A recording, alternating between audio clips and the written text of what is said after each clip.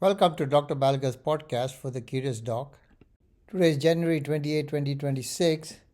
This video is on an article published in the New England Journal of Medicine, published today, titled Peripheral Artery Disease in the Legs, authored by Mary McDermott from Northwestern. What is peripheral artery disease?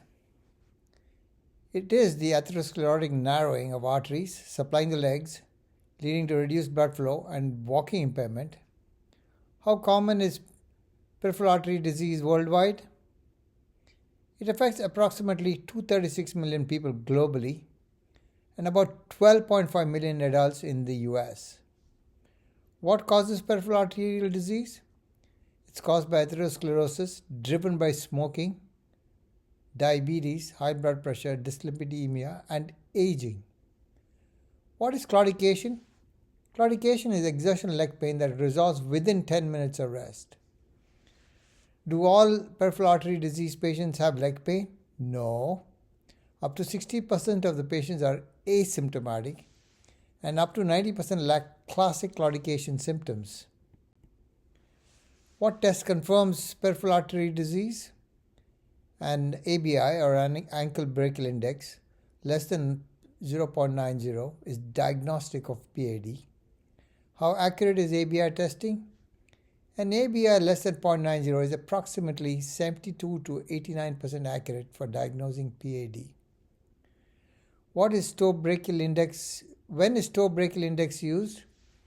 It's useful when ABI is falsely normal or elevated due to arterial calcification. Why is PAD underdiagnosed?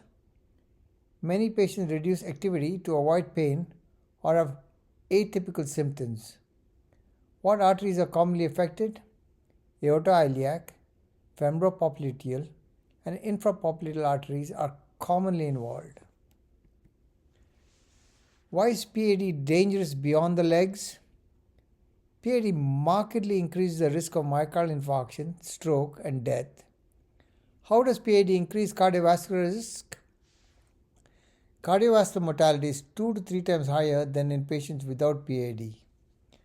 What is a major adverse limb event?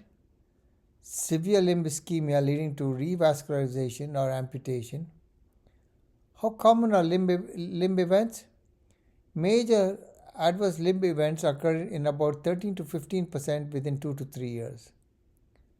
Does diabetes worsen PAD? Yes. Diabetes increases walking impairment, amputation risk, and mortality. What is the first-line therapy for walking symptoms? Supervised or structured home-based walking exercise is first-line therapy. How effective is supervised exercise? It improves maximal treadmill distance by about 180 meters. Does home-based exercise work? Yes, if it induces ischemic leg symptoms and uses behavioral coaching. Silostazol helpful? Silostazol provides modest improvement in walking distance. Who should not take silostazol? Patients with a history of heart failure should not receive silostazol.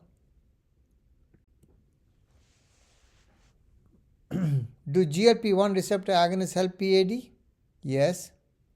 Semaglutide modestly improves walking distance and reduces cardiovascular events.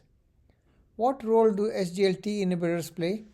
They reduce cardiovascular events in PAD patients with diabetes. Are statins mandatory in PAD? Yes. High-intensity statins are recommended for all PAD patients. What LDL reduction is targeted? Guidelines aim for at least a 50% reduction in LDL cholesterol. Does blood pressure control matter? Yes. Blood pressure should be lowered to below 130 by 80 millimeters of mercury. What antithrombotic therapy is recommended? Single antiplatelet therapy or low-dose rivaroxaban plus aspirin. What is COMPASS strategy? Low-dose rivaroxaban plus aspirin reduce cardiovascular and limb events. Is bleeding risk increased? Yes.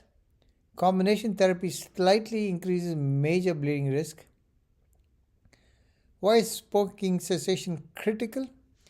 Quitting smoking reduces mortality and improves limb survival. What medications aid smoking cessation? Varenicline, bupropion, and nicotine replacement therapy. When is revascularization indicated?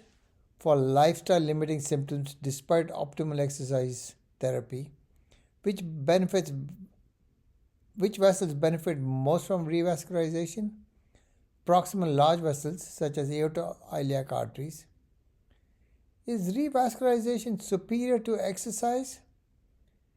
Exercise and revascularization provide similar walking improvement.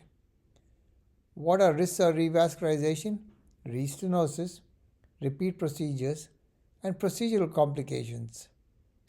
Can the progression of PAD be slowed? Yes, with exercise, smoking cessation, statins, and risk factor control. Read more in the New England Journal of Medicine article. Podcast brought to you by masterbedfacts.com. This podcast is for physicians and healthcare providers. If you enjoyed this video, please like, subscribe, and forward to your friends.